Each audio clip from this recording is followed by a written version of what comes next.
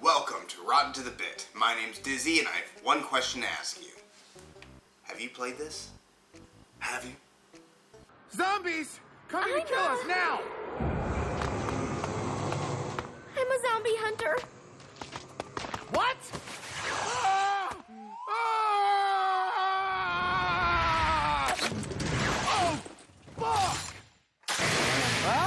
Oh, fuck! Don't hate me! Lollipop Chainsaw is a game all about boobs, violence, sex, zombies, music, boobs. It's a game where you play Juliet Starling, a super sexy, totally 18-year-old who kills zombies with a motherfucking chainsaw and the severed sentient head of her boyfriend Nick. How am I still alive? How am I still talking without a fucking thorax? But is it the best game ever? Let's find out. Lollipop Chainsaw is a character action game. Wait, is it? People are sticklers about this. Hey! Hey! Is Lollipop Chainsaw a character action game? Yeah, I know they're basically the... You know what, motherfucker? Lollipop Chainsaw is a hack and slash game that plays like an old school beat 'em up in 3D. Much like the beat 'em ups of the 90s, this game forces you to progress down a very set path only after you've killed a certain amount of zombies on the screen. Unfortunately, one of the biggest problems of this game, that unlike most modern action games that use similar mechanics have, this one is really slow. Juliet's main weapon is a chainsaw, and it's very, very slow. Yeah, you can attack zombies with your fist, which is faster, but only the chainsaw can kill them. Meaning you'll most likely be just swinging that chainsaw, and it feels like you're swinging it through molasses. There are upgrades for the chainsaw, and Juliet herself, but those mainly serve to go through the certain sections that call for a very specific chainsaw upgrade. Each level is riddled with minigame sections, like stepping into arcade cabinets or zombie baseball. Zombie baseball is the worst fucking thing you'll ever have in any game ever, until you turn off the game's very broken auto-lock system. Then it becomes just boring. I don't have a problem with these minigame sections. I feel it's a good way to break up a certain level of monotony, but most of the time they feel forced, and sometimes they are just frivolous quick-time events that are pointless in nature. Action is this game's main mechanic, and everything you do is geared towards making killing through multitudes of zombies easier and more effective. Upgrades and items can be found in the in-game store, as well as new moves, new clothes, art, and music. Gold and silver coins are found throughout the level, and picked up from killing zombies or saving students. Silver coins are harder to come by, and only unlock cosmetics, but you can get them in record number if you get good at sparkle hunting, which is killing numerous zombies at once. On the saving the students part, the game has a good ending and a bad ending. And you get the bad ending by just missing any student at any time.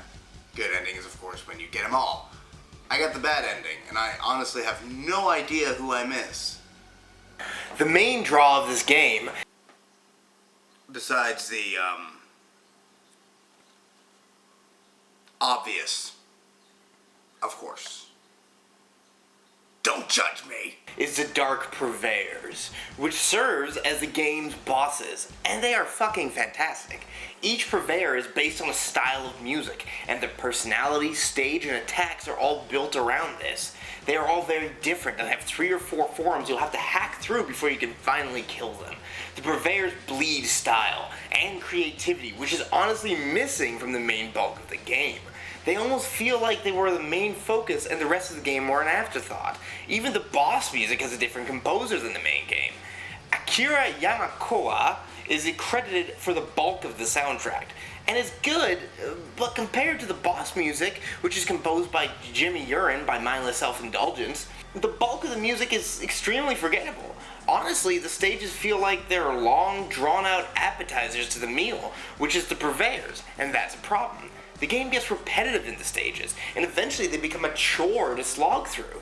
And on top of that, they are very easy. I never died more than a time or two per level. Okay, I got stuck once. It doesn't change the point though. The game is still, I mean, everyone gets stuck on You know what, motherfucker? The saving grace is that the game is rather short. But that being said, things are unlocked to buy in the store upon completion, as well as a very hard mode. But I have very little incentive to play this game again when it comes to the gameplay. The game's story isn't something to write home about. It's kind of surprising, actually, since this game was co-created and co-written by James Gunn. But Guardians of the Galaxy, this is not. The story is simple. A Marilyn Manson reject opened a gateway to the rotten world, releasing 5 dark purveyors and causing the zombie apocalypse. And it's up to Juliet and her family of zombie hunters to stop him. The story is simple, and that's not really a problem. It rests its heels more on the comedy aspect, with a series of one-off voice clips, and sometimes they hit the mark hilariously enough to make you laugh out loud. Morikawa-sensei, he's my sensei. A sensei? Like a teacher? I didn't know you spoke Japanese, Nick. Well, Wasekoi, watashi mo Nihiko o hanashimasu. I can't speak Japanese, Juliet. I just know that one word. While other times they're just downright annoying. I fucked up my math test. I need help. I don't get offended by raunchy humor, as you can tell.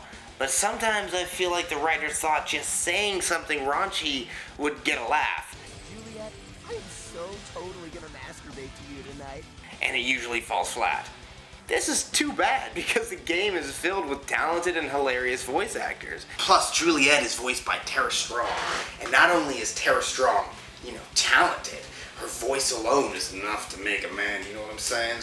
I feel most of the lines are delivered brilliantly, but no amount of brilliant delivery can save some of these awful lines of dialogue. Torturing small animals? What kind of whack job waterboards Chip and Dale? That makes Skylander here like the most uncoolest dude ever. Though, if I praise the dialogue for anything, it's the chemistry between Nick and Juliet. Even though the lines fall flat, Michael Rosenbaum and Tara Strong sell the bizarre chemistry between this badass ditzy blonde and this useless jock. Nick, it would be really cool if I could implant an MP3 player in your forehead. A boyfriend and an iPod all in one. More room in my purse. You realize that's completely degrading, right? The game is clearly a love letter to horror and horror comedy, Juliet clearly being a spoof of Buffy, her school being named from Arrow High, and other references that at least get a chuckle from horror fans in the audience. I've been really hard on the game, but the fact is, the only thing that matters is the fun factor. Did you have fun while playing the game? That's what it really boils down to, isn't it? Honestly, for all of its faults, I had a lot of fun with this game. I think it helps the game is so short and not all that difficult. The game is a good game to pick up and turn your brain off. It works as stupid action game that doesn't take itself seriously at all, and I think that works for it immensely. It's not perfect, and I wouldn't say it's amazing, but it's a good game after you've had a hard day, or if you just want to turn your brain off while watching a TV show. Well, now that we have determined whether you have played this game, I guess the question is now, should you play it? And you know what? Yeah, I think you should. But only if you're looking for a great game to blow off some steam, something that doesn't take itself seriously at all. It's an easy game, so really all you should use this for is to pop it in and blow off some steam with the best way how: sex and violence. And if you don't like those things, then, well, this episode was probably very painful for you. My name is Dizzy, and remember, I'm always watching you.